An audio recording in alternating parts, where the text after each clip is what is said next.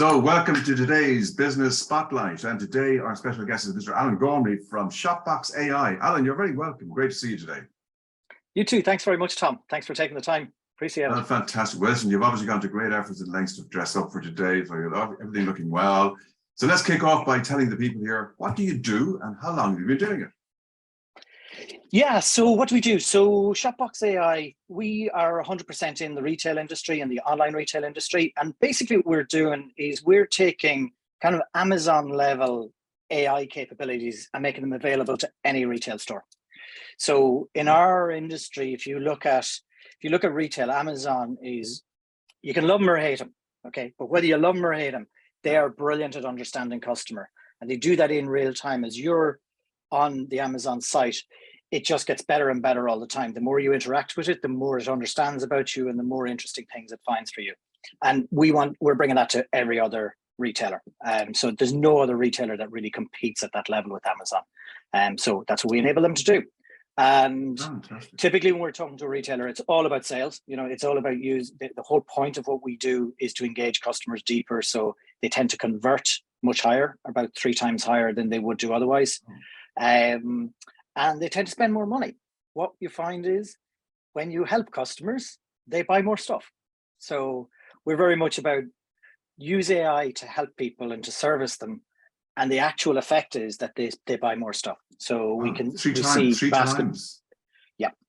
It's huge. I would typically have about 25 to 35% of people on a site will engage with us. So it can be quite significant uplift. Fantastic. Yeah. So just as an idea, you mentioned the retailers. So a typical good customer for you, I don't need any names or stuff, but a typical good customer with you, would there be a minimum requirement that you really work better with?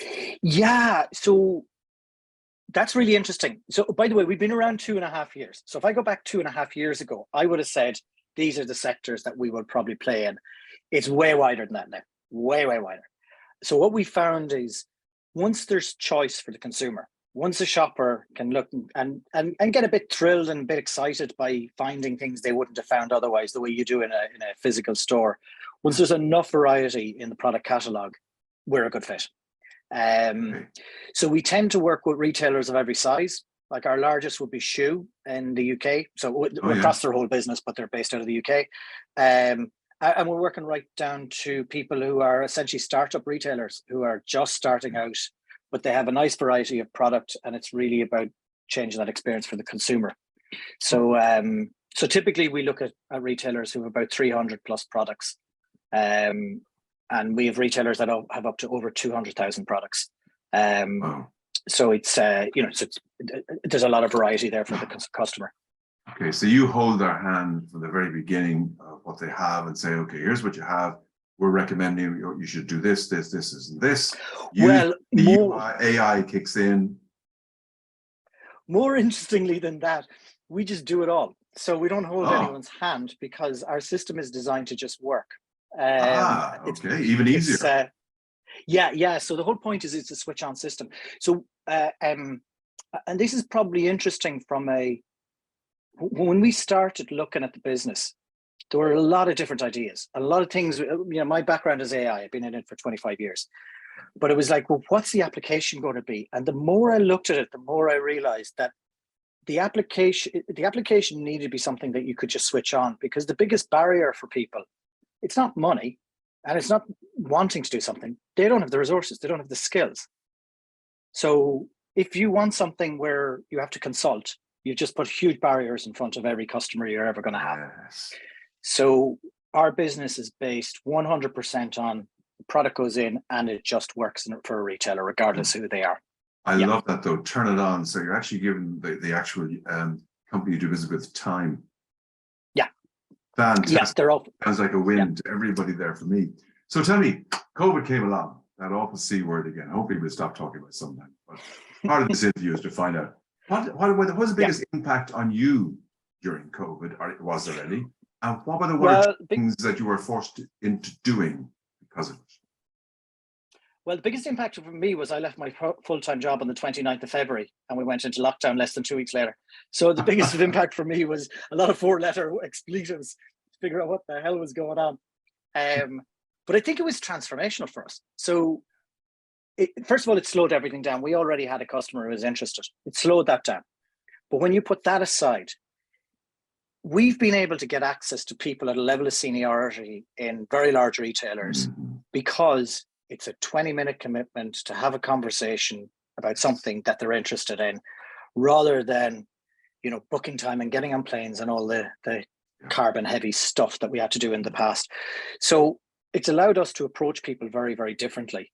And it's allowed us to get time, much shorter periods of time with key people to get enough interest that we can move on quickly. So I think that's huge for us. And then the other thing is my co-founder, Tarek, he's based in Barcelona. So the last meeting we had before COVID, face-to-face meeting, was, can we run a company completely remotely? Well, here you are. So so it kind of made, well, we'd already made the decision, but it reaffirmed that decision that it wasn't going to be a problem. So don't worry about it, just get on with it. Yeah, but I think it really, now other people would look at us and say, oh, well, you're in e-commerce. E-commerce explodes. E-commerce is going one way anyway. But obviously it did accelerate.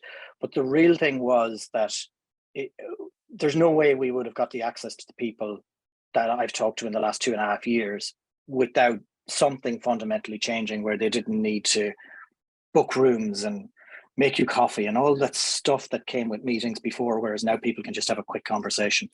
Isn't it interesting how COVID came along and changed everything, and is accelerated? In fact, it's accelerated change. Yeah, you know, which absolutely is fantastic. I know, and we're more. There's less resistance to change now. And as you say, it's easier to get in contact with these people now because they have more time in their hands, and you were able to step in and fill that. Fantastic. So tell me, what's the biggest learning that you, Alan Gormley, have had since you became a business owner? This is the toughest question you asked me because there's so many. Probably the thing I did a thing recently with Enterprise Ireland for people who were a bit, we're slightly ahead of where some of these people were, and saying, what would you do from the point of view right now? And said, if you're in my position, if you own a business and you're not talking to people 8 to 10 hours a day, you're not doing your job. Is my concern. So when you're a startup, you know everything and you know nothing, and the level of help you will get from people when they get interested in your ideas is phenomenal. Like the number of people who've helped us in the last 2.5 years is off the scales. So, but you only get that help by constantly talking and talking and asking and talking and asking. Reach out. Always reaching out, always talking to everyone. And literally, like, you can be selfish by not being selfish. So, you know, I would have thought you're selfish when you just go after the people you want to talk to. Actually, you want to talk to everyone. Everyone has an opinion. And 9 times out of 10, their opinion is interesting. It's going to influence something. It may not influence exactly how you present your product or what the direction is or who you sell it to. But there's always people who are coming at you with, have you thought about, but what about, would it fit? It's just happening all over the place. And we've ended up through that net, like every customer we've got through network in some shape or form. So I see, to me, network is everything when you're on the business side. The other thing that I found very funny about network was, you know, as the startup, we were saying, oh, please introduce us to people. And then I found we actually had customers who 2 or 3 months after working with us forgot that they were only working with us for 2 or 3 months. They assumed we were always around and say, oh, Alan, I need to do this. Who would you recommend? And oh, right, well, you know, I'm talking to everyone. So I think this guy might be interesting to talk to. So we've ended up introducing people who've been in the industry much longer to some of our customers, which is great. Relationship with your current customer as well. It's fantastic. So the message is very important, and this is really good. So tell me, when you were growing up, you were a little lad, only a few years ago. Is this what you always wanted to do? Oh God, yeah, of course. I wanted to be an astronaut. I don't know how I ended up doing this. So that's the next thing you want to become. So it wasn't what you wanted, but you found your interest in this, and AI in particular got your attention. I think AI really got my attention. Once I started to get involved in data, I fell in love with it. I think one of the things with where we are as an industry is there's a lot of we're only at the start of something. So for me, everything is about innovation, and it has to be in a startup. Otherwise, large companies are good at process. We're good at innovation. That's what we do. But for me, innovation opens up loads of doors. So innovation, you spend more time inside your head rather than outside your head, and that becomes really interesting because you get to work with some really interesting people. But the other thing I notice with it is the level of people you get to talk to and your customers goes up, because the people who are interested in innovation are actually the people at the top. Everyone else might say they are, but actually they're just listening to somebody else. So when you're starting to fire ideas out just to see what will happen, you end up talking to very senior people, and they start to trust you. They may never buy anything off you, but they start to trust you, and they'll introduce you to people, and they'll make life easier for you. So the innovation thing just allows you to have some extremely interesting conversations, let's say. Very good. And you mentioned some keywords or whatever. So just because we're in the coaching business, have you ever had a coach, and why? Not an ongoing coach. I have a lot of people who coach me, but not an ongoing coach. All right. Okay, but at least you're in the coach. So tell me, what does the future look like for Shopbox AI, and what do you think may be the main challenges you may be facing? Yeah, so we're at a very particular point. So we spent the last couple of years proving the technology would work. It would bring uplift. We could explain it to people correctly so that when we actually put it in, it would do what they expected it to do and all that good stuff. So we fitted out product market fit. We've done all that. And we're now at the stage where we're pivoting into pure scale. So there's loads of stuff we still need to do in product. When I say still, I mean, we will always be developing. We're half an engineering company and half a sales company.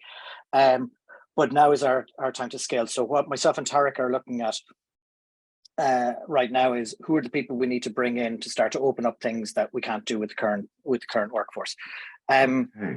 So everything for us right now is going to be about scale, and we're looking at a few different channels and experimenting with those to figure out where we should be, where there are areas to sell direct and where we can partner with people and all that good stuff.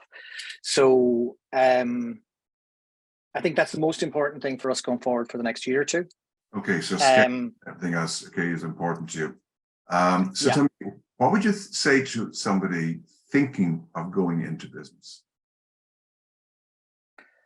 There's a couple of things. There's one piece of advice I picked up before. I actually had a panel discussion. I picked up a piece of advice about 3.5, 4 years ago, where somebody said, never go into a technical business that doesn't have a CEO with technical knowledge, because they'll get everything wrong. Because they don't understand something about the engineering. And this would be the opposite of what I would have heard for the last 20 years. Sales is sales and engineering. It's not. If you don't understand and you're not passionate about your product, you're just a sales guy. That I can relate to. Yeah. That I can relate to. Absolutely. Yeah. So for me, that passion is really important. Passion is important. Yeah. And the other thing, sorry, go ahead, Tom. No, you're okay. The other thing you were going to say? Well, there were a couple of other things is it's been extremely important for us that there's two founders. I've met a lot of people who are trying to set up a business by themselves, and I have no idea how you can do that. There's too much stuff to be done, and it's very easy to get distracted by stuff you like doing and not doing the stuff that needs to be done. Very good. Yeah, I like that idea. I think, good idea. Yeah, we were very clear. I'm on the business, Tarek's is in charge of the product, and that's it.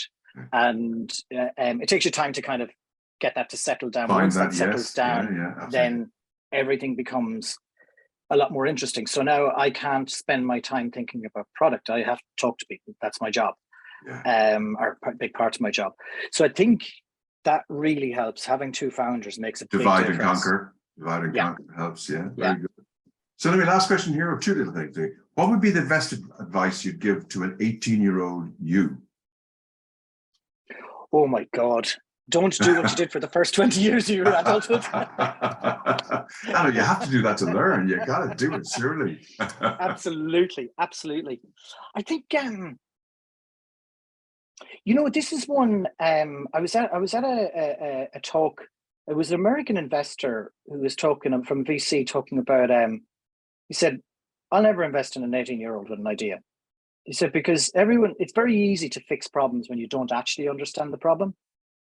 But in any industry, the way an industry works is radically different to the way people outside the industry think it works or thinks it should work.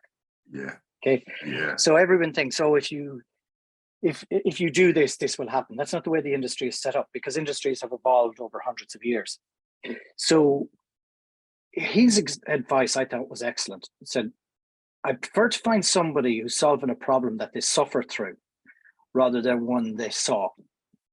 Because if you suffer through it, you actually have depth and opinion, and you can work your way through it. You know who the stakeholders are, you know where the money actually is, and you know what isn't valuable. And then you come at the problem from a very, very different perspective. Now, I know there's loads of 18-year-olds who start companies and they do very well out of it, but there's an awful lot, and especially, I guess I'm in B2B, there's an awful lot where when you've been in those projects, when you've been in the middle of the mayhem, when you've seen how complex they are and how small things in a delivery can make an entire project go wrong, you start to change your opinion for how the thing should work. And that's why, like, many people would say to us, you know, why wouldn't you charge for the services of setting up your thing? And I'd say, well, because I work for a technology company, and I know the second you do that, you then have two companies that compete against each other. They may have one brand, but there's two companies. One wants to sell software and one wants to implement it. And now what are you? You don't know what you are. And they end up competing against each other. So we said, no, we've got the experience. We've seen it before. This is the way it's going to work. And there's a very, very good advice for 18-year-olds there. So you focus very much today on talking about networking, the power of networking, and leveraging AI as a thing, but also bringing something that's fairly unique to the market. Not quite Amazon, but it is Amazon level. So to all the retailers in the Action Coach community who are listening to this today, best way to get in contact with Alan Gormley is to drop me an email at alan.gormley@shopbox.ai, or come to our website, which is shopbox.ai. Fantastic. Alan Gormley, thank you for your time, which you've invested with us today. I think there's a lot of good stuff coming out of this. Certainly, I've entered retail. I think the least I'd want to do is to have a conversation with you. Thank you so much indeed. Thanks, Tom. Really appreciate it.